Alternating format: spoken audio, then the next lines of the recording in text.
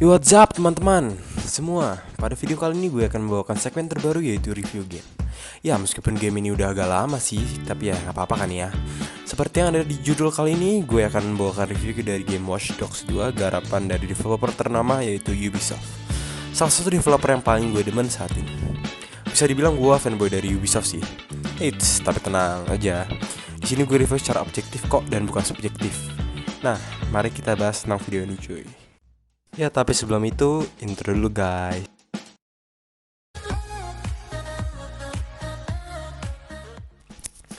Pada Watch Dogs kali ini kita akan berperan sebagai Marcus Holloway dan mengambil latar belakang di San Francisco, California, Amerika Serikat. Meskipun tidak 100% sama dengan San Francisco aslinya, tetapi ada beberapa tempat yang sama juga, seperti Alcatraz Island yang berisi penjara untuk napi kelas kakap, yang nantinya kita juga akan ada misi menyelamatkan teman kita di sana. Ada juga Google yang diplesetkan menjadi noodle, ya supaya nggak mirip-mirip banget lah dengan aslinya. Ada juga kantor Ubisoft San Francisco yang juga lumayan mirip dengan aslinya. Tetapi sayang, kita tidak bisa masuk ke dalam kantornya. Menurut gue, map dalam game ini bisa dibilang cukup kecil untuk game ukuran open world semacam ini. Apalagi dengan banyaknya fast travel yang membuat kita menjadi malas untuk berkendara dan menjadi percuma juga untuk membeli mobil yang mahal-mahal. Untuk driver mechanic sih dalam game ini gue akuin emang enak banget sih. Seperti kita mengebut dan mengerem. Semua transisinya berjalan dengan sangat smooth sih menurut gue. Beda tipe kendaraan juga beda feel memudikannya. Tapi ya nggak terlalu beda gimana banget. Harus diakui pilihan kendaraan pada game ini juga sangat bervariasi dan gak gampang bosenin aja. Kalau kita berkendara yang jauh-jauh, bisa dibilang kotanya sangat interaktif sekali. Jadi game ini bukan game walking simulator seperti Fallout 76. Kita bisa meledakkan seperti saluran gas bawah tanah yang bisa berguna jika polisi sedang mengejar-ngejar kita. Kita bisa menghack lampu lalu lintas yang menyebabkan mobil saling bertabrakan. Kita bisa menghack orang untuk mengambil duitnya, bisa memanggil polisi untuk menangkap orang yang kita inginkan, dan masih banyak lagi. Bicara masalah grafik sih, grafik pada game ini bisa dibilang cukup baik, dimana gue memainkan pada PS4. Tidak terlalu signifikan penurunan frame rate-nya pada game ini. Ya paling saat tertentu aja sih, kayak pas lagi ngumpul di tempat yang ramai banget gitu. Ya oke, balik lagi ke ceritanya. Kita akan berperan sebagai Marcus Holloway yang bergabung menjadi tim hacker bernama DeadSec.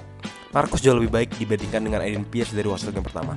Kita bisa melakukan kustomisasi pakaian yang tersebar luas dalam game. Dan serunya lagi, setiap toko pakaian yang kita datangin juga akan berbeda-beda.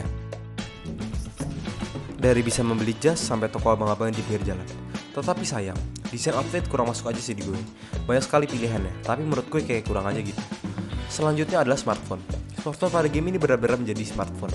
Pada smartphone ini, kita dapat mendengarkan musik, menjadi driver Grab, mengambil selfie dan foto-foto, mengatur misi, memanggil mobil, dan yang paling utama, sebagian besar hack yang dilakukan Marcus terjadi pada smartphone.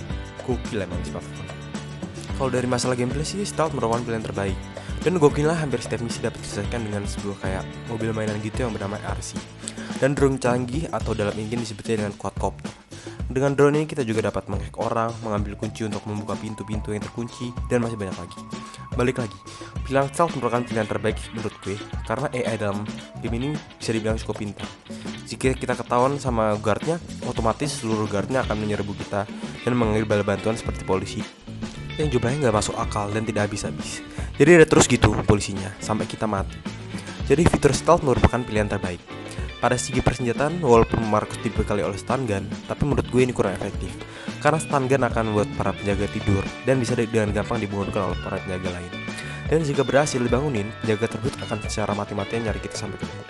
Tetapi jika kita membunuh penjaga tersebut, justru penjaga tersebut malah seolah tidak terjadi apa-apa. Jadi, membunuh merupakan cara terbaik sih. Mengingat kita tidak bisa menyembuhkan mayat-mayat musuh yang sudah mati. Itu sangat disayangkan sekali sih untuk game yang menjadikan stealth sebagai senjata utamanya. Hacking ability yang dimiliki Marcus akan bertambah seiring dengan kita menjalankan story-nya dalam game.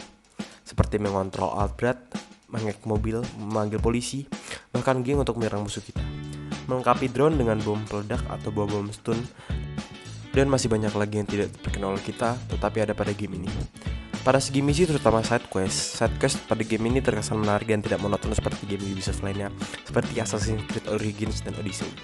Yang side questnya banyak banget, tapi kerasa nggak guna aja gitu. Tapi side quest di sini asik, kayak kita bisa mengikuti berbagai macam lomba, seperti lomba drone, lomba kapal, lomba mobil kart, mengganti pos perjalanan, jadi driver gap untuk menambah penghasilan kita dan menambah research point untuk upgrade skill free kita. Menurut gue itu aja sih review dari gue. Overall gue kasih nilai untuk game ini adalah 9 dari 10. Karena Watch Dogs kedua kali ini memperbaiki dari prequel terbarunya dari storyline, gameplay mekanik, combat system dan lain-lain. Kalau lu semua suka dengan channel gue, like, share, dan subscribe channel ini. Thank you semua yang udah nonton.